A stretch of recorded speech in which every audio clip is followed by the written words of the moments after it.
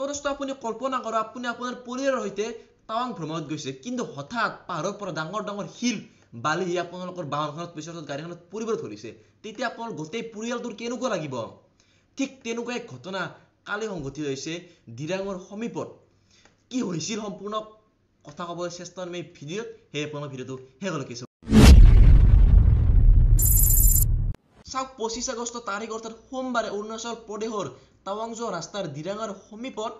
পাদমা নামৰ হোটেলৰ কাষত ভূমিস্খলন হৈ পাহাৰৰ পৰা ডাঙৰ ডাঙৰ শিল মাটি দিয়া খহি আহি পৰি ৰাস্তাকে আবদ্ধ কৰি পেলায় ভিডিঅ'ত দেখা গৈছে যে দুৰ্ঘটনা ঘটাৰ পিছত নিজৰ গাড়ী পিছলৈ আহে যোনখিনি গাড়ী আহিল তাৰ চালকসকলে নিজৰ গাড়ীবোৰ পিছলৈ আহে যদিও কেইবাখনো গাড়ীত শিল পাহাৰৰ পৰা শিল খহি আহি পেলাই গাড়ীত পৰি আঘাত হয়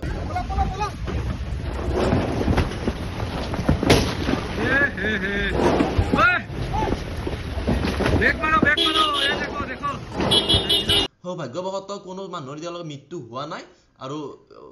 নাই যদিও মানে এই দুখন গাড়ী ক্ষতিগ্ৰস্ত হৈছে এই ভূমিস্খলনৰ ফলত প্ৰায় 120 মিটাৰ এলেকাৰ টাৱাং ৰাস্তাটো বন্ধ হৈ যায়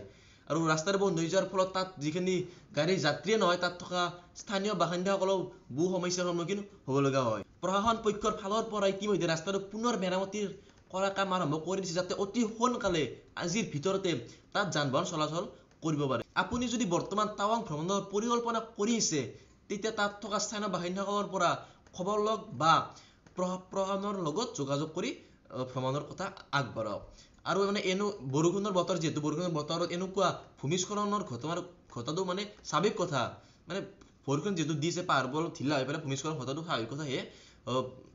ভ্ৰমণ কৰাতে সাৱধান হওক আশা কৰোঁ আপোনালোকে ভিডিঅ'টো চাই কিবা অলপ শিকিব পাৰিছে যদি ভিডিঅ'টো ভাল পাইছে লাইক সাবস্ক্ৰাইব কৰি থৈ দিব এটা সুন্দৰ ভিডিঅ'ত আমি লগ পাম ধন্যবাদ